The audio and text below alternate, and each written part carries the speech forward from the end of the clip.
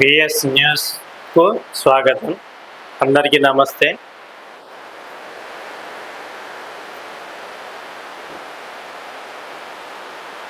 పోలీసుల అదుపులో Manne Satish. Amit Shah fake video case. Congress IT cell incharge సహా సభ్యులను అదుపులోకి తీసుకున్న సిసిఎస్ పోలీసులు. Hyderabad city May 2. ఆంధ్రజ్యోతి. దేశవ్యాప్తంగా సంచలనం సృష్టిస్తున్న కేంద్ర హోంమంత్రి అమిత్ షా ఫేక్ వీడియో కేసులో ఆసక్తికర పరిమాణాలు చోటు చేసుకుంటున్నాయి.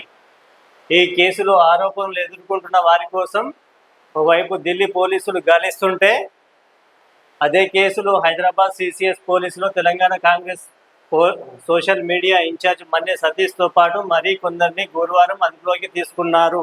ఢిల్లీ పోలీసులు కేసు నమోదు చేసి నోటీసులు జారీ చేసిన వారిలో సతీష్ కూడా ఉన్నారు.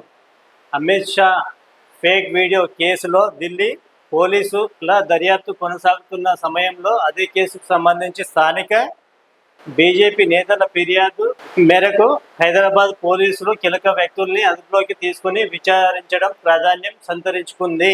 అమిత్ షా ఫేక్ వీడియోపై ఢిల్లీ పోలీసులు కేసు నమోదు చేయడానికి ముందే బీజేపీ నేత ప్రమేందర్ రెడ్డి ఇచ్చిన ఫిర్యాదుపై ఏప్రిల్ 27న సైబర్ క్రైమ్ పోలీసులు కేసు నమోదు చేశారు.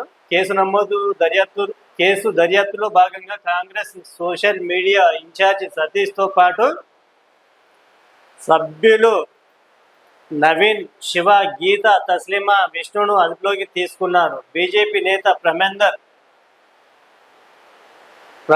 ప్రమేందర్ ఇచ్చిన ఫిర్యాదు మేరకు కాంగ్రెస్ ఐటీ సెల్పై పోలీసులు ఐపీసీ 469, 505, 1C సెక్షన్ల కింద కేసు నమోదు చేసి దర్యాప్తు జరుపుతున్నారు. గాంధీ భవన్కు ఢిల్లీ పోలీసులు. మరోవైపు ఇదే కేసులో ఢిల్లీ పోలీసులు గురువారం మరోసారి గాంధీ భవన్కు వచ్చారు. ఇన్స్పెక్టర్ రామ్ నివాస్ నేతృత్వంలో ప్రత్యేక బృందం గాంధీ భవన్కు వచ్చింది. ఈ కేసు దర్యాప్తులో భాగంగా వివరాలు సేకరించి నోటీసులు ఇచ్చేందుకు వచ్చారు. ఈ విషయం తెలుసుకున్న హైదరాబాద్ పోలీసులు గాంధీ భవన్కు చేరుకొని ఢిల్లీ పోలీసులతో మాట్లాడారు. ఢిల్లీ పోలీసులు వచ్చిన సమయంలో Congress legal cell incharge Ramachandra Reddy అందుబాటులో లేకపోవడంతో వారు వెనుదిరిగారు. కేసు దర్యాప్తులో భాగంగా ఢిల్లీ పోలీసులు గత నెల 29న తెలంగాణకు వచ్చారు. ఈ కేసులో ఢిల్లీ పోలీసుల ఎదుట మే 1న విచారణకు హాజరు కావాలని సీఎం రేవంత్ రెడ్డికి నోటీసులు ఇచ్చిన సంగతి తెలిసిందే.